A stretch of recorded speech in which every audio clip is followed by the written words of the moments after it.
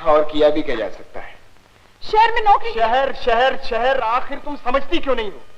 ये नंगे सही, भूखे सही, और चाहे डाकू सही, है तो इंसान। मेरा मतलब ये नहीं है देव, तुम ही सोचो, अगर दवा भी अपने ही पैसों से देनी पड़ेगी तो कैसे चलेगा? आने वाली पीढ़ियां जब भी उस सुनहरे दौर की बातें करेंगी तो कहा जाएगा, हमने असरानी को देखा था, उस इंसान को जिसके चेहरे की मुस्कान के पीछे एक गहरा सागर छुपा था और जिसकी गहराई को कोई माप न सका। असरानी साहब, हमें याद है आपने एक बार कहा था कि आपको कॉमेडी में कभी खास दिलचस्पी नहीं थी, और सच भी यही है। 1965 की वो छोटी सी फिल्म जिसमें आप एक सख्त डॉक्टर बने थे, वो देखकर कोई भी कह सकता था कि ये इंसान किसी गंभीर किरदार के लिए बना है। कहो माखन, क्या बात है? हुजूर, आपके लिए लाया हूँ। अरे भाई, इसकी क्या जरूरत थी? और करता भी क्या, डाके के पैसे तो आप लेते नहीं। इसे इनकार न करना डॉक्टर बाबू, ये मेरी मेहनत की पहली कमाई है। और शायद आखिरी भी। माखन, तुम यही ठहरो। क्या हो गया तुम्हें? ये क्या कर दिया तुमने?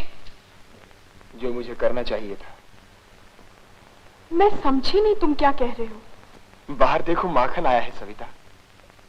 वो एक भला आदमी बन गया है।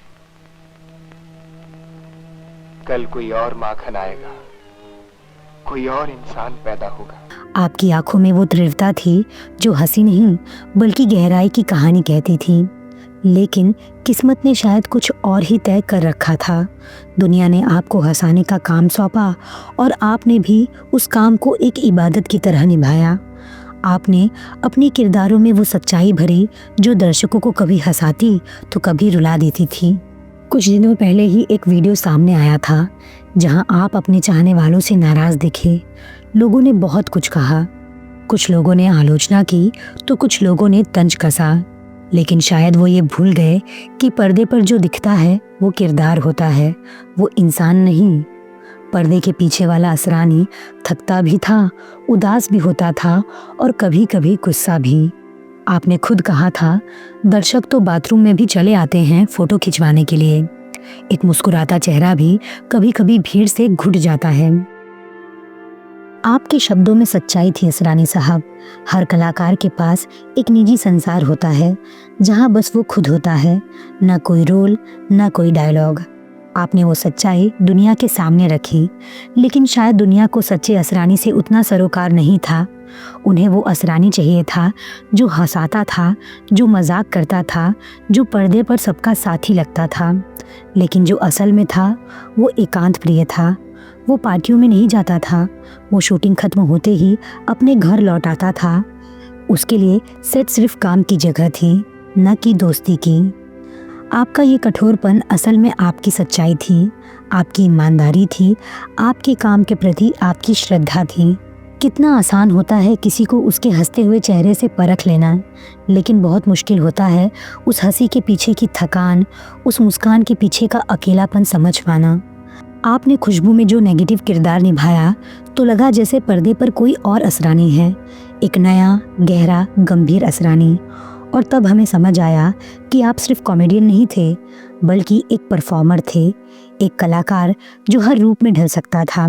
शायद बहुत कम लोग जानते हैं कि आपका सपना हीरो बनने का था, लेकिन किस्मत ने आपको हंसी का हुनर दिया और आपने किस्मत को ठुकराया नहीं बल्कि पूरे दिल से अपनाया।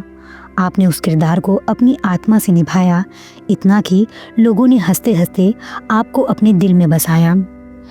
आज भी जब हम पीछे मुड़कर देखते हैं तो एहसास होता है कि आप सिर्फ पर्दे के पीछे के कलाकार नहीं थे, आप उन मुस्कानों के रचयिता थे जिन्होंने उदासियों के बीच भी जिंदगी में रोशनी भरी। असरानी साहब, आप चले गए पर आपकी हंसी अब भी इस दुनिया में गूंजती है।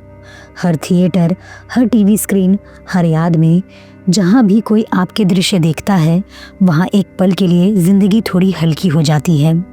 आपने हमें हंसाना सिखाया, लेकिन अपने हिस्से के आंसू कभी किसी को नहीं दिखाए। यही तो असली कलाकार होता है।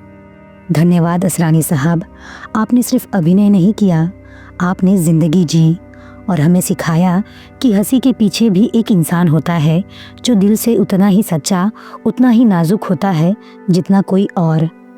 आप अमर हैं असरानी साहब।